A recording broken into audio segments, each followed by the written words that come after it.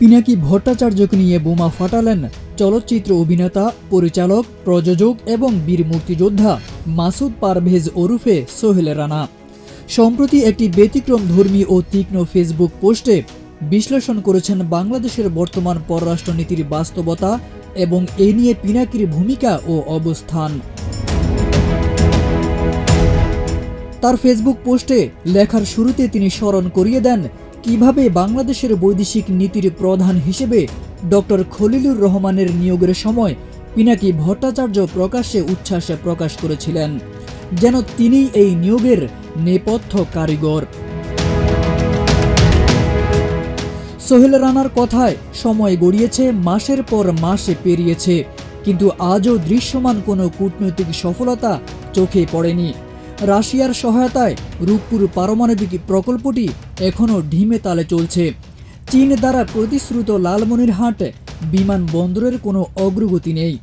এদিকে বাংলাদেশে ভারতের জন্য টনকে টন ইলিশ ও আম পাঠাচ্ছে, অথচ ভারতের চোখ রাঙানি আগের মতোই।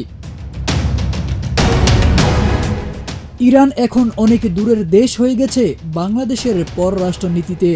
আর মিশরকে ঘিরে যে ড্রোন নির্মাণ প্রকল্পের কথা বলা হয়েছিল তাও এখন হাওয়ায় মিলিয়ে গেছে। দীর্ঘদিনের পরীক্ষিত বন্ধু জাপানও অনেকটাই নিশ্চুপ। এই প্রেক্ষাপটে প্রশ্ন উঠেছে, এই সময়ের মধ্যে আমাদের কূটনৈতিক অর্জন কি? এমন এক অবস্থায় বাংলাদেশকে এখন পাকিস্তানের মতো দেশের কাছ থেকে পরামর্শ নিতে হচ্ছে। তিনি পরোক্ষভাবে ইঙ্গিত করেছেন, এই নীতিগত ও কৌশলগত ব্যর্থতার সঙ্গে কি পিনাকি ভট্টাচার্যেরও কোনো দায় জড়িয়ে আছে? কারণ যাকে তিনি এত জোর দিয়ে সমর্থন করেছিলেন তিনি তো কোনো দৃশ্যমান সাফল্য এনে দিতে পারেননি। সোহেল রানা লিখেছেন, বিগত সরকারের আমলে ভারতের সঙ্গে করা কোনো বিতর্কিত চুক্তি, এমনকি আদানি গ্রুপের সঙ্গে বিদ্যুৎ সংক্রান্ত চুক্তিও বাতিল হয়নি। তাহলে কি সব কিছুই আগের মতোই চলছে, নতুন কিছু ঘটেনি? আর এমন অবস্থায় পিনাকি ভট্টাচার্য কেন এখন চুপ?